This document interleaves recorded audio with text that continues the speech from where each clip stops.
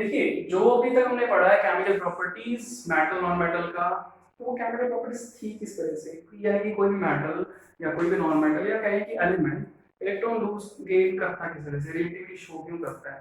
ठीक है, तो उसी चीज को आगे बढ़ाते हैं। आज हम एक टॉपिक सीखेंगे इलेक्ट्रॉन शेयरिंग करने से रिलेटेड, यानी कि बॉन्ड बनाने से रिलेटेड का। ठीक है, तो देखते हैं कंसेप्ट ऑफ बॉन्ड।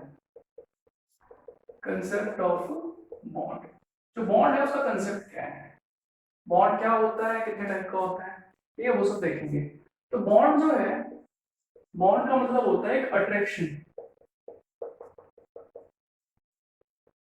ठीक है, बॉन्ड का क्या मतलब होता है, अट्रैक्शन। अब वो अट्रैक्शन किस वजह से है, ठीक है, किस वजह से है उस पर डिपेंड करता है कि बॉन्ड किस तरह का हो। ठीक है, तो देखते हैं बॉन्ड जो है, बॉन्ड बेसिकली जो है दो टाइप का होता है, एक तो फिजिकल अट्रैक्शन और एक होती है केमिकल अट्रैक्शन, यानी कि केमिकल बॉन्ड। तो बेसिकली केमिस्ट्री में हम क्या पढ़ेंगे, केमिकल बॉन्ड ही तो पढ़ेंगे। तो केमिकल बॉन्ड क्या होता है, डेफिनेशन लिख लेंगे। Chemical bond is the attraction between participating atoms through their electrons. ठीक है ना, attraction between participating atoms, participating atoms through their electrons। ठीक है, फिजिकल बॉन्ड में आप देख सकते हो जैसे मैग्नेटिक फील्ड हो गया, ठीक है, जैसे ग्रेविटेशनल फोर्स हो गया, वो एक तरह का फिजिकल फोर्स ही होता है, फिजिकल अट्रैक्शन होता है, फिजिकल बॉन्ड होता है। ठीक है, और या फिर यहाँ पे बात करें तो उसका सबसे बेस्ट एग्जांपल जो होता है केमिस्ट्री के अंदर, वो हम लेते हैं वंडरवॉल फोर्सेस को, वंडरवॉल फोर्सेस को। फिलहाल हमारी क्लास में, प्रेजेंट क्लास है, उसमें इसका कोई पॉइंट नहीं आने वाला, तो इसको हम डिस्कस नहीं करेंगे, सिर्फ नाम लिखना था, मैंने यहाँ पे नाम लिख के बता दिया। कल को ये ना हो सीनियर क्लास में जा करके कि आप पहली बार सुने, आपने आज ही सुन लिया इसका नाम। ठीक है, तो बाद में देखेंगे इन चीजों को। फिलहाल जो हमारा ध्यान रहेगा वो रहेगा केमिकल बॉन्ड पे। केमिकल बॉन्ड क्या है, अट्रैक्शन होता है किसी पार्टिसिपेटिंग एटम्स के बीच में उनके इलेक्ट्रॉन्स की वजह से। ठीक है दोस्तों, क्या बोलते हैं, केमिकल बॉन्ड। अट्रैक्शन की जगह हम यहाँ पर शेयरिंग भी लिख सकते हैं, sharing of electron, sharing of electron between participating atoms, फिर ये कट जाएगा यहाँ से। ठीक है, ये डेफिनेशन में लिख सकते हैं। क्लियर है सभी को। तो देखते हैं कि केमिकल बॉन्ड जो है कितने तरह का होता है, कैसे सेटअप होता है। ठीक है, ध्यान रखिए। तो जो केमिकल बॉन्ड है, ध्यान से देख लेना, बहुत इंपॉर्टेंट टॉपिक कवर कर रहे हो तुम सब। ठीक है, जो आपको बॉन्ड जो है, मतलब केमिस्ट्री जब तक पढ़ोगे तब तक आता है कि किस तरह का बॉन्ड था, क्या था क्या नहीं था। ठीक है, तो जो केमिकल बॉन्ड है बेसिकली वो जो है दो टाइप से होता है। ठीक है, और फर्दर टाइप्स होते हैं, सब डिविजन होती हैं, बाद में देखेंगे। पहले मेन करते हैं जैसे आयनिक बॉन्ड, या फिर इसको इलेक्ट्रोवैलेंट बॉन्ड भी कहते हैं। ठीक है, इलेक्ट्रोवैलेंट बॉन्ड भी कहते हैं। और दूसरा जो होता है वो होता है कोवलेंट बॉन्ड। ठीक है, कोवलेंट बॉन्ड, और ये हो गया आपका आयनिक बॉन्ड। तो जो केमिकल बॉन्ड की डेफिनेशन थी, क्या केमिकल बॉन्ड की डेफिनेशन थी कि इलेक्ट्रॉन का इन्वॉल्वमेंट होगा पार्टिसिपेटिंग एलिमेंट्स के या एटम्स के बीच में। ठीक है, यानी कि इलेक्ट्रॉन्स की वजह से बॉन्ड सेटअप होता है। क्लियर है सभी को। तो जो इलेक्ट्रॉन है किस तरह की शेयरिंग करते हैं, कि वो बॉन्ड कोवलेंट होगा या आयनिक होगा, वो किस बात पे डिपेंड करेगा, देखते हैं। डेफिनेशन लिख रहा हूं यहाँ पे, the bond setup due to complete transfer, complete transfer, या कई बार शेयरिंग लिख देते हैं उसको, कंप्लीट शेयरिंग ऑफ इलेक्ट्रॉन्स। ठीक है, कंप्लीट शेयरिंग ऑफ इलेक्ट्रॉन्स किस किस के बीच में, in between of participating atoms, participating atoms. किस तरह की शेयरिंग लिखी है मैंने यहाँ पे, कंप्लीट शेयरिंग, ये मैंने बॉक्स कर दिया, ये बात यहाँ ध्यान देने वाली थी, क्योंकि बात की तो वही शेयरिंग ऑफ इलेक्ट्रॉन है। ठीक है, यहाँ पर मैं लिखूंगा द बॉन्ड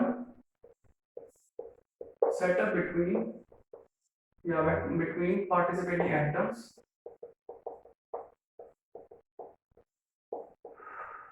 due to जैसे इसमें था ना कंप्लीट शेयरिंग, इसमें लिख देंगे due to mutual sharing, mutual sharing of electrons, इसमें इस बात का ध्यान देना है, ठीक है, इज कॉल्ड, बताइए, ठीक है, क्लियर है सभी को। तो यहाँ पर कंप्लीट शेयरिंग पे ध्यान देना और यहाँ पर देना म्यूचुअल शेयरिंग पे। अब ये जो कंप्लीट शेयरिंग है ये कैसे होती है और जो म्यूचुअल शेयरिंग है ये कैसे होती है, ये हम पढ़ सकते हैं, समझ सकते हैं एग्जांपल्स के थ्रू। जितने ज्यादा एग्जांपल्स करोगे उतना ज्यादा सही रहेगा सभी के लिए, ठीक है। ये टॉपिक इसलिए भी इंपॉर्टेंट हो जाता है क्योंकि मैं केमिकल बॉन्ड पढ़ाने के बाद आप सबको बताऊंगा कि स्ट्रक्चर जो है किसी एलिमेंट का, किसी कंपाउंड का कैसे बनाते हैं, ठीक है। तो देखते हैं पहले कुछ इसके एग्जांपल्स, ध्यान दो। तो जैसे मेन एग्जांपल है NaCl, ठीक है, NaCl हो गया, जैसे MgCl2 हो गया, इस तरह से। तो ये कुछ दो एग्जांपल लिखे हैं मैंने, बाकी बहुत सारे एग्जांपल बनते हैं आयनिक बॉन्ड के। और देखो एक और बात भी ध्यान रखना, कोई भी कंपाउंड जिनमें आयनिक बॉन्ड होता है, यानी कोई कंपाउंड जिसमें आयनिक बॉन्ड होता है, या ये कह लें कि कोई कंपाउंड जो आयनिक बॉन्ड से बनता है, उस कंपाउंड को हम आयनिक कंपाउंड कहते हैं, ठीक है।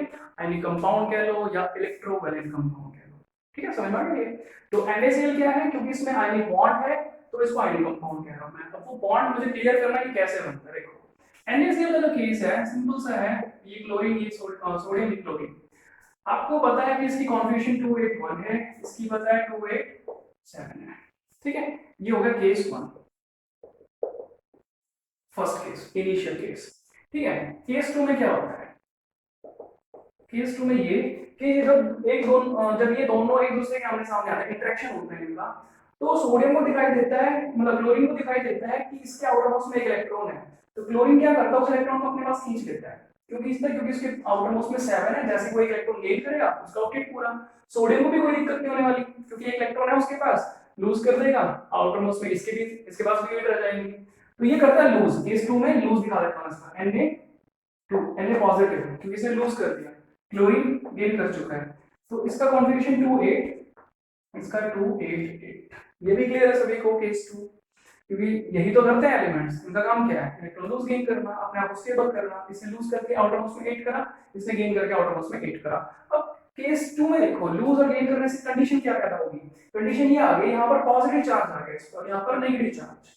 तो जो पॉजिटिव और नेगेटिव चार्ज के बीच में अट्रैक्शन होता है वो कैसा होता है, वो केस 3 जो आएगा, केस 3 जो होगा उसको इस तरह से लिख दिया जाएगा, Na पॉजिटिव, यानी कि ये जो है और ये जो है क्लोरीन, ये पॉजिटिव नेगेटिव एक दूसरे के साथ मर्ज हो जाएंगे, अट्रैक्शन आ जाएगा इनके बीच में, इसको हम क्या लिखते हैं, NaCl, ठीक है। समझ में आ गया सभी को, ये इसको NaCl लिख दिया जाएगा। अब इसमें ध्यान देने वाली बात क्या है, शेयरिंग देखो इलेक्ट्रॉन की हुई इनके बीच में, किस तरह की शेयरिंग हुई, कंप्लीट शेयरिंग हो रही है, ठीक है। सेम एग्जांपल MgCl2 केस में हो जाएगा। इसमें कोई केस वेस नहीं लिखने वाले, सिर्फ समझाने के लिए लिखा था, हमें ज्यादा कुछ होता नहीं है, ठीक है, सबका समझाने का अपना अपना तरीका है। MgCl2 केस में बात करूं मैं, तो ये मैग्नीशियम 282 कॉन्फ़िगरेशन ये। अच्छा क्लोरीन कितने हैं यहाँ पे, दो, उसमें एक था, यहाँ दो में, एक क्लोरीन यहाँ लिख लिया, एक यहाँ लिख लिया, मर्जी हमारे यहाँ पे भी लिख सकते हो, पर लिखने दो ही बार है, ठीक है। इसके आउटर मोस्ट में 287, इसके आउटर मोस्ट में 287। अब इस क्लोरीन को एक चाहिए, वो इलेक्ट्रॉन इससे ले लेगा, ठीक है, एक इलेक्ट्रॉन ये इससे ले लेगा, क्लियर है। अब देखो मैग्नीशियम 2 इलेक्ट्रॉन लूज कर रहा है, तो मैग्नीशियम का केस कुछ इस तरह से आ जाएगा, 2 पॉजिटिव, दो क्लोरीन थे, इसमें भी नेगेटिव, इसमें भी नेगेटिव, ये एक पॉजिटिव कैटायन, सॉरी एक कैटायन, और ये दो अनायन। क्योंकि इस कैटायन पे 2 चार्ज है तो इसीलिए ये 2 चार्ज 2 नेगेटिव्स के साथ मर्ज करेगा, न्यूट्रल होगा, न्यूट्रलाइज होगा, तो ये बनाता है MgCl2 इस तरह से। तो इसने भी कंप्लीट शेयरिंग करी, कंप्लीटली अपना इलेक्ट्रॉन इसको दे दिया, अपना इलेक्ट्रॉन इसको दे दिया, क्लियर है सभी को। लूज करने के बाद इसका कॉन्फिगरेशन लिख देता हूं 28, जितना ही 28 और इसका 288, ये 288, समझ में ना। तो यहाँ पर कंप्लीट शेयरिंग होती है, कंप्लीटली इलेक्ट्रॉन ट्रांसफर की वजह से, और कंप्लीट ट्रांसफर की वजह से इस पे पॉजिटिव चार्ज आता है, कैसा चार्ज, प्रॉपर पॉजिटिव चार्ज, इस पे negative charge, proper negative charge, ठीक है। और पॉजिटिव और नेगेटिव चार्जेस के बीच में जो फोर्स होता है उसको हम बोलते हैं इलेक्ट्रोस्टैटिक फोर्स। काफी हैवी होती है फोर्सेस, काफी स्ट्रांग होती है फोर्सेस, ठीक है, इसको पढ़ने वाले हैं कि इनकी फोर्सेस की वजह से क्या फर्क पड़ता है। तो ये दोनों एग्जांपल्स क्लियर है सभी को, ठीक है, ये इनका स्ट्रक्चर भी समझ में आ गया होगा कैसे बनता है। अब देखते हैं कोवेलेंट बॉन्ड के कुछ एग्जांपल्स। ओके, कोवेलेंट के एग्जांपल्स देखते हैं। कोवेलेंट के एग्जांपल सबसे बेस्ट जैसे हम देखते हैं यहाँ पे PCl3, फॉस्फोरस ट्राइक्लोराइड, ठीक है। एक मैं यहाँ पे अमोनिया का एग्जांपल ले लेता हूँ, NH3, ये NH3 हाइड्रोजन वाला एग्जांपल भी लेना जरूरी है, क्यों जरूरी है देखते हैं, क्योंकि अभी मैं ऑक्टेट पूरा करवा रहा हूँ, यहाँ पे डबलेट भी पूरा होता है ना, ठीक है, सबको पता ही है ऑक्टेट और डबलेट क्या होते हैं। तो PCO3 केस में देखो, ये फॉस्फोरस हो गया। अब मुझे बताओ कितने क्लोरीन है यहाँ पे, कितने फॉस्फोरस थे, एक फॉस्फोरस था, मैंने फॉस्फोरस को लिख लिया यहाँ पे। कितने क्लोरीन है यहाँ पे, टोटल 3 क्लोरीन है यहाँ पे। 3 क्लोरीन तुम्हारी मर्जी है, ऐसे भी लिख सकते हो, ठीक है, इस तरह से 3 क्लोरीन लिख लिया मैंने। ये थोड़ा सा दूर लिखता हूँ, इसे पास भी लिख सकते हैं नोटबुक पे तो, ठीक है, ये इस तरह से लिख दिया मैंने, ठीक है। और एक बार इनको इरेज कर देते हैं, बीच में नहीं आना चाहिए। तो देखो क्या है, फॉस्फोरस जो है इसके आउटर मोस्ट में, पहली बात का एटॉमिक नंबर कितना है, 15 है। आउटर मोस्ट में कितने इलेक्ट्रॉन्स होंगे, 5। तो हमें क्या करना है, 5 डॉट्स बनाने हैं इस तरह से, इसके अराउंड में, इस तरह से ये 5 डॉट्स बनाते हैं। 5 क्यों बनाए, जितने आउटर मोस्ट में होंगे उतने बनाएंगे, ठीक है। क्लोरीन के आउटर मोस्ट में कितने हैं, चेक करो, एटॉमिक नंबर 17 होता है, तो आउटर मोस्ट में 7 होंगे, ये 7 डॉट्स बना दिए इस तरह से, ठीक है, इस तरह से ये 7 हो गए।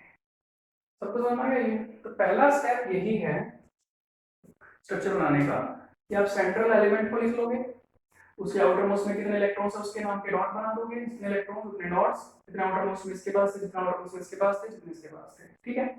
अब हमें क्या करना है, हमें देखो दो तरह के एलिमेंट है यहाँ पे, एक तो सेंट्रल और दूसरे सराउंडिंग। सराउंडिंग में कितने हैं, 3, क्योंकि एग्जाम का फार्मूला क्या था, PCl3। कुछ बच्चे तो ये भी नहीं समझ पाते कि 3 क्लोरीन क्यों लिए यहाँ पे, क्योंकि फार्मूला देखो 3 है यहाँ पर, ठीक है। चलो आगे देखते हैं, जो सराउंडिंग एलिमेंट है हमें उनका ध्यान रखना है, उनकी वैलेंसी कितनी है, क्लोरीन की वैलेंसी होती है कितनी, 1। तो ये क्या करेगा, इसको एक इलेक्ट्रॉन की रिक्वायरमेंट, ये देखो, ये इस इलेक्ट्रॉन को मिलर लेगा इससे, क्लियर है सभी को, ठीक है। ऐसा करने से क्या हुआ, इसके आउटर मोस्ट में देखो क्या हो गया, 8 इलेक्ट्रॉन हो गए, 1 2 3 4 5 6 7 8, काउंटिंग सबको आती है, 8 हो गए, ठीक है। ये देखो यहाँ भी 8 हो गए, ठीक है, ये देखो यहाँ भी 8 हो गए। तो क्लोरीन ने ऐसा करके क्या किया, अपने ऑक्टेट को पूरा कर दिया। फॉस्फोरस क्या कर रहा है, फॉस्फोरस को 3 इलेक्ट्रॉन चाहिए अपना ऑक्टेट पूरा करने के लिए, आउटर मोस्ट में तो 5 है, तो 3 इलेक्ट्रॉन को इस तरह से मिलेंगे, देखो इस टाइप से। अब जरा ध्यान से देखना, ये जो 2 इलेक्ट्रॉन्स हैं, ठीक है, ये दो जो इलेक्ट्रॉन्स हैं ये म्यूचुअली शेयर्ड है। ऐसा नहीं है कि क्लोरीन को बॉन्ड बनाना था तो इसमें क्लोरीन ने अपना इलेक्ट्रॉन उसको दे दिया पूरी तरह से, या उससे इलेक्ट्रॉन ले लिया। फॉस्फोरस ना तो इलेक्ट्रॉन लूज कर सकता ना ही गेन कर सकता, क्योंकि अगर वो लूज करे तब उसका ऑक्टेट पूरा नहीं हो सकता, गेन करेगा तो ऐसी कंडीशन भी उसकी नहीं है।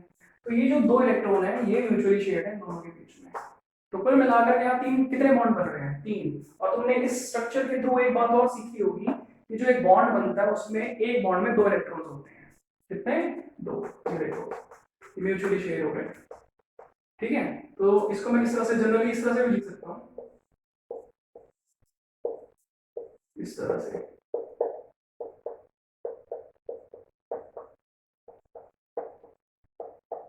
ठीक है, क्लियर हो गया। तो कितने बॉन्ड बनाए फॉस्फोरस ने, 3। क्लोरीन ने कितने बॉन्ड बनाए, एक इसने, एक इसने, एक इसने, वैलेंसी के अकॉर्डिंग बॉन्ड बनते हैं। और आपको ध्यान रखना है सराउंडिंग के एलिमेंट की जो वैलेंसी है, सराउंडिंग वालों को ध्यान रखोगे तो सेंट्रल वाले की वैलेंसी अपने आप पूरी हो जाती है, ठीक है। कई बार तुम देखोगे कि जो सेंट्रल एलिमेंट है जितनी वैलेंसी उसकी थी उससे कम या ज्यादा बना रहा है, ठीक है। जैसे फास्फोरस, अगर मैं PCl5 का केस कर दूं यहाँ पे, PCl5, तो मुझे क्या करना पड़ेगा, 2 क्लोरीन यहाँ दिखा दूंगा मैं, जो 2 इलेक्ट्रॉन फ्री थे वो उनके साथ मर्ज हो जाएंगे, ठीक है, हो जाएगा ऐसे। तो PCl3 ऐसे बना लो, ऐसे बना लो। अगेन कुछ बुक्स में लिखा हुआ है कि यहाँ पर ना जो इसके इलेक्ट्रॉन्स उसको डॉट से ना दिखा करके उन्होंने क्रॉस से दिखा रखा है, इस तरह से, इस तरह से। इसके 5 इलेक्ट्रॉन थे तो मैंने आउटर मोस्ट में 5 क्रॉस बना दिए, उससे कोई फर्क नहीं पड़ता, दोनों डॉट दिखा दो, दोनों क्रॉस दिखा दो, एक को क्रॉस एक को डॉट दिखा दो, उससे फर्क नहीं पड़ेगा। बात समझ में आई सभी को किस तरह से म्यूचुअल शेयरिंग होती है। इसके कुछ और एग्जांपल करते हैं, पहले अमोनिया के एग्जांपल में ये दिखा देता हूं मोर पे ही। जैसे नाइट्रोजन का केस है NH3 में NH3 नाइट्रोजन का केस, ये मैंने 3 हाइड्रोजन ले लिए इस तरह से, ठीक है। आउटर मोस्ट में इसके बाद एक इलेक्ट्रॉन होता है, इसमें एक, इसमें एक, ठीक है। नाइट्रोजन के पास आउटर मोस्ट में होते हैं 5, ये मैंने 5 ले लिए। आपको पता है सराउंडिंग का ध्यान रखना है हमने, सराउंडिंग की वैलेंसी 1, तो ये बॉन्ड हो गया इनके बीच में एक, ये इनके बीच में एक, ये इनके बीच में एक। ये सर्कल लगाने जरूरी नहीं होते, ठीक है। तो ये कितने बॉन्ड बने यहाँ पे, 3 बॉन्ड बने इस तरह से, ठीक है। तो 3 बॉन्ड बनाने से देखो नाइट्रोजन के 1 2 3 4 5 तो खुद के इलेक्ट्रॉन्स थे 6 7 8। अच्छा हाइड्रोजन के पास आउटरमोस्ट में एक था, लेकिन इसने इससे भी ले लिया, तो ये दोनों जो इलेक्ट्रॉन हुआ म्यूचुअली शेयर हुआ। म्यूचुअली शेयर मतलब दोनों का काम चल रहा है इलेक्ट्रॉन से। अब ये जो इलेक्ट्रॉन है तो नाइट्रोजन का, पर डबलेट में काउंट हो रहा है हाइड्रोजन के, क्योंकि हाइड्रोजन तो डबलेट को फॉलो करते हैं ना। तो ये इस तरह से लिखा हुआ है, ये डबलेट, ये डबलेट, ये डबलेट, और इसके केस में मुझे ये ऑक्टेट इस तरह से दिखाना होगा। तो ये 2 इलेक्ट्रॉन्स म्यूचुअली शेयर में आएंगे, ठीक है। यहीं पर एक और एग्जांपल देखो, जैसे H2 मॉलिक्यूल है, ठीक है। H2 मॉलिक्यूल का किस तरह से होगा, ये हाइड्रोजन, ये हाइड्रोजन, एक इलेक्ट्रॉन इसके पास एक इसके पास। तो तुम ये देख लो, ये इस तरह से रिफ्लेक्ट करेगा और ये इस तरह से। कितने बॉन्ड बने, एक सिंगल बॉन्ड। इसी में एक और एग्जांपल देखो, यहाँ पर मैं लिखा देता हूँ क्लोरीन के केस में, या क्लोरीन बहुत बार लिख लिया, फ्लोरीन का केस देखो F2 मॉलिक्यूल। F2 मॉलिक्यूल कैसे होगा, फ्लोरीन ये रहा फ्लोरीन दूसरा, इसके आउटर मोस्ट में 7 इलेक्ट्रॉन्स होंगे इस तरह से, इस तरह से, इस तरह से, ठीक है। और ये एक बॉन्ड बनाएगा, ये हो गया। ऐसा करने से ये देखो बॉन्ड पूरा हो गया, इसका ऑक्टेट इसमें काउंट करो, इसका ऑक्टेट इसमें काउंट कर लो, हो जाएगा इस तरह से, ठीक है। एक चीज पे ध्यान देना, नई चीज है इसमें, बॉन्ड पेयर, एक तो बॉन्ड पेयर होता है, एक होता है लोन पेयर। हो सकता है आपसे पूछा जाए कि कितने बॉन्ड पेयर कितने लोन पेयर। जैसे H2 के केस में कितने बॉन्ड पेयर है, एक बॉन्ड बन रहा है तो बोलेंगे बॉन्ड पेयर। बॉन्ड पेयर कह लो या कह लो शेयर्ड पेयर, एक ही बात होती है, ठीक है। लोन पेयर तो उसमें लोन पेयर कुछ भी नहीं, खाली नहीं है, पेयर में 2 होंगे। F2 के मॉलिक्यूल में देखो कितने लोन पेयर हैं, ये खाली है, ये खाली है, ये खाली। कितने पेयर हुए, एक, 2 इलेक्ट्रॉन का एक पेयर, 1 2 3 पेयर यहाँ, 3 यहाँ पे, तो टोटल 6 लोन पेयर हुए। और बॉन्ड पेयर कितने हुए, एक बॉन्ड पेयर हुआ या शेयर्ड पेयर F2 के केस में। PCl3 के केस में देखो बॉन्ड पेयर कितने हैं, 1 2 3 साफ नजर आ रहे हैं, तो बॉन्ड पेयर जो है वो है 3। लोन पेयर कितने हैं, काउंट करो, 3 इसमें, 3 इसमें, 3 इसमें, कितने हो गए टोटल, 9, ठीक है। तो बॉन्ड पेयर या शेयर्ड पेयर एक ही बात है, और लोन पेयर, इनका क्या कंसेप्ट है ये भी समझ में आ गया। और जो ये तुमने देखे स्ट्रक्चर्स, इसमें डॉट्स बनाए मैंने, ये लेविस ने दिया था, इन सभी को हम बोलते हैं लेविस डॉट स्ट्रक्चर्स। तो लेविस डॉट स्ट्रक्चर ड्रॉ करने आ गए सभी को, ठीक है। तो यहाँ पे देखो मैंने PCl3 का एग्जांपल दिया, उसमें म्यूचुअली शेयरिंग कैसे है वो दिखाया मैंने। यहाँ पे मैंने आपको PCl3 का दूसरा स्ट्रक्चर बना के दिखाया, यहाँ पे मैंने NH3 का स्ट्रक्चर बना के दिखाया, यहाँ पर मैंने F2 मॉलिक्यूल का स्ट्रक्चर बना के दिखाया, यहाँ पे दिखाया H2 का, ठीक है। तो ये है म्यूचुअल शेयर में। अब म्यूचुअल शेयर में कैसे बॉन्ड बन रहा है, और जो कंप्लीट शेयर में NaCl या MgCl2 केस उसमें तो प्रॉपर हाइड्रोजन से पूरा ही ले लिया, उसको इलेक्ट्रॉन सॉरी इलेक्ट्रॉन क्या किया, पूरा ही ले लिया। तो बात समझ में आती है सभी को, ठीक है। तो कुछ मॉलिक्यूल्स के स्ट्रक्चर आप सभी को बनाने हैं अपनी नोटबुक्स में, ठीक है, प्रैक्टिस करने के लिए कि उनके लेवल स्ट्रक्चर कैसे बनेंगे। मैं उनको लिख देता हूँ, ठीक है, फटाफट से ड्रॉ करो। सो स्टूडेंट्स जो लेवल स्ट्रक्चर अभी सीखे आपने, इनके लिए ट्राई करना है, ठीक है, इनको बनाओ अच्छे से, ठीक है। जो ना समझ में आए कमेंट बॉक्स में पूछो कि कौन सा इसमें समझ नहीं आया, ठीक है, सारे हो जाएंगे इजी में, वी कंसेप्ट समझाई दिया इजी वे में, ठीक है। अब जो हमारा नेक्स्ट टॉपिक है, जो हमारा नेक्स्ट टॉपिक है वो होगा आयनिक कंपाउंड और कोवलेंट कंपाउंड के डिफरेंसेस के बारे में, उनके बीच में मेजर डिफरेंसेस क्या होते हैं, ठीक है। तो देखते हैं फटाफट से उनको, difference between ionic solids and covalent solids. यहाँ आयनिक सॉलिड लिख देता हूँ मैं, आयनिक सॉलिड्स, और यहाँ हो जाएंगे कोवलेंट सॉलिड्स, ठीक है। जो आयनिक सॉलिड है उसका दूसरा नेम बताया मैंने, इलेक्ट्रोवैलेंट सॉलिड्स बोल देते हैं, इलेक्ट्रोवैलेंट सॉलिड्स, ठीक है, या कंपाउंड्स भी कह सकते हैं।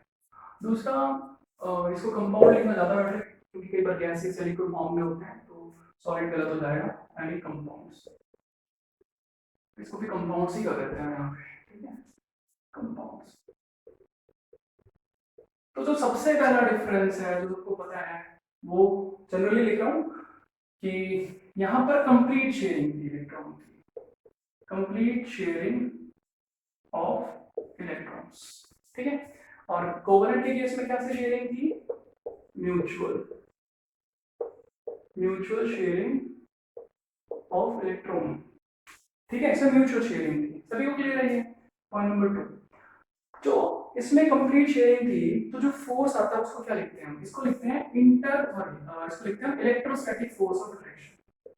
Electrostatic force of attraction. ये बहुत पावरफुल फोर्सेस होती है, काफी ज्यादा स्ट्रॉन्ग फोर्सेस होती है। कल ये बताया था मैंने, पॉजिटिव नेगेटिव के बीच में। इसमें कोई ऐसा पॉजिटिव नेगेटिव नहीं बन रहा था, देखा अभी हमने। तो इसमें जो फोर्स लगेगी उसको हम क्या बोलेंगे? एटम्स के बीच में जो था उसको हम सीधा सीधा लिख देते हैं inter atomic forces. Inter atomic forces, ठीक है? क्लियर है सभी को ये? उसके बाद पॉइंट नंबर 3। पॉइंट नंबर 2 किसी को समझ में आ गया अगर, तो डेफिनेटली पॉइंट नंबर 1 से निकलता है। और पॉइंट नंबर 2 समझ में आ गया तो ये बड़ा बेसिक पॉइंट है। इस बेसिक पॉइंट से 2-3 पॉइंट अगले निकल जाएंगे जो कि इंपॉर्टेंट भी है, ठीक है?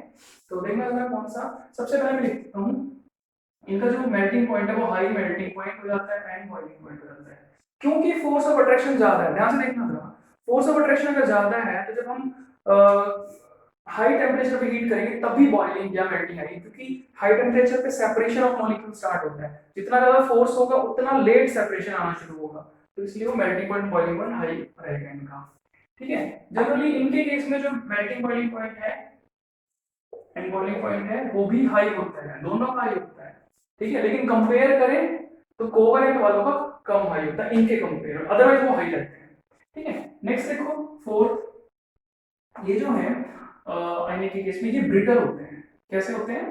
ब्रिटल होते हैं। प्रीवियस लेक्चर में हमने पढ़ा था कि ब्रिटलनेस का क्या मतलब है, ठीक है? तो ब्रिटल का मतलब ये हो गया, जैसे मान लो मैं सोडियम क्लोराइड की बात करूं, आप सभी ने देखा, मैं यहाँ पे बता देता हूँ डायग्राम से। सपोज ये NaCl का मॉलिक्यूल है एक, क्योंकि फोर्स इनके बीच में ज्यादा है तो ये बहुत पावरफुली पैक्ड होंगे इस तरह से, बहुत पावरफुली पैक्ड होंगे ये इस तरह से।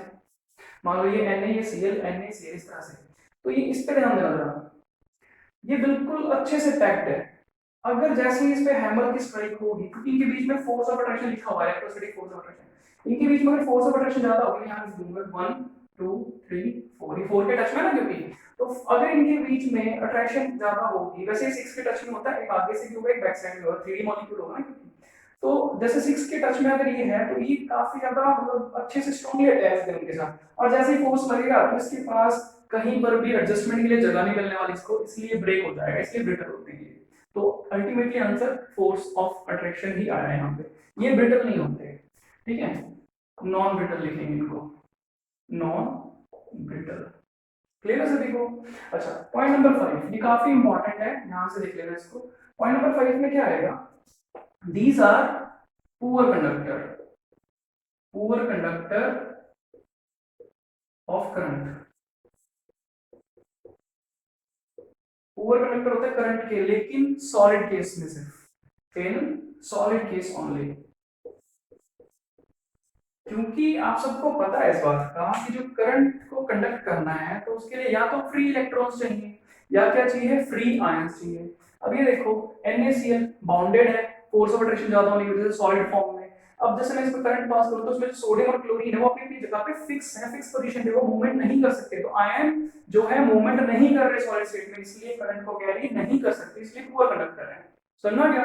लेकिन जैसे इसको वाटर में डिसॉल्व करेंगे तो Na और Cl अलग अलग हो जाएंगे, और जो आयंस है वो वाटर के अंदर मूवमेंट कर सकते हैं, यानी कि लिक्विड स्टेट के अंदर अगर मैं इसको मेल्ट कर दूं तो इनके बीच का फोर्स ऑफ अट्रैक्शन क्या है? कम हो जाएगा। Na और Cl थोड़े अलग अलग हो जाएंगे मेल्ट होने के बाद, और उससे क्या होगा कि मूवमेंट बन जाएगी। तो जितनी ज्यादा मूवमेंट बनेगी आयंस की, उतना ज्यादा करंट कैरी करेंगे। यानी कि सीधा सीधा है कि सॉलिड स्टेट में इनकी कंडक्टिविटी 0 होती है और लिक्विड स्टेट में जो इनकी कंडक्टिविटी बढ़ जाती है। तो हम यहाँ लिख सकते हैं, but in liquid case state, यानी कि in liquid state these are good conductor, these are good conductor. ठीक है, हो जाएगा पॉइंट। और इसकी बात करें अगर हम, तो ये है covalent, bad conductor of electricity, सीधे सीधे, ठीक है? बैड कंडक्टर ऑफ करंट, ठीक है? क्लियर है सभी को? इसमें एक एक्सेप्शन आता है, और ये एक्सेप्शन है ग्रेफाइट। ग्रेफाइट जो है एक नॉन मेटल होता है, कार्बन, इसके बारे में हमने थोड़ा डिस्कस भी किया था पहले। तो जो ग्रेफाइट और कार्बन की फॉर्म होती है और पूरी तरह से कोवेलेंट होता है ये, ठीक है?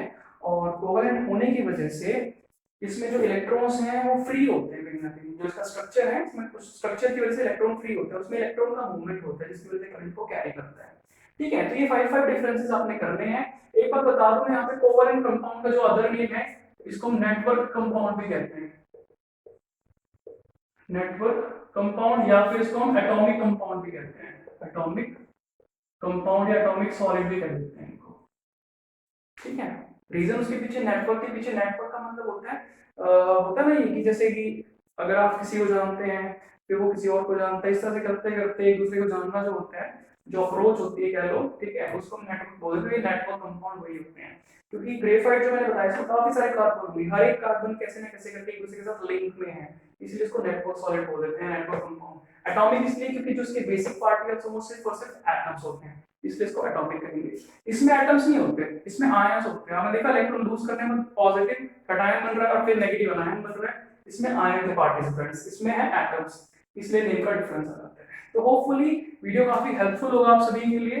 ठीक है, इसको यहीं कवर करते हैं, नेक्स्ट वीडियो में हमने कवर करना है कोवलेंट कंपाउंड्स के जो अदर पार्ट्स हैं। ठीक है, थैंक यू।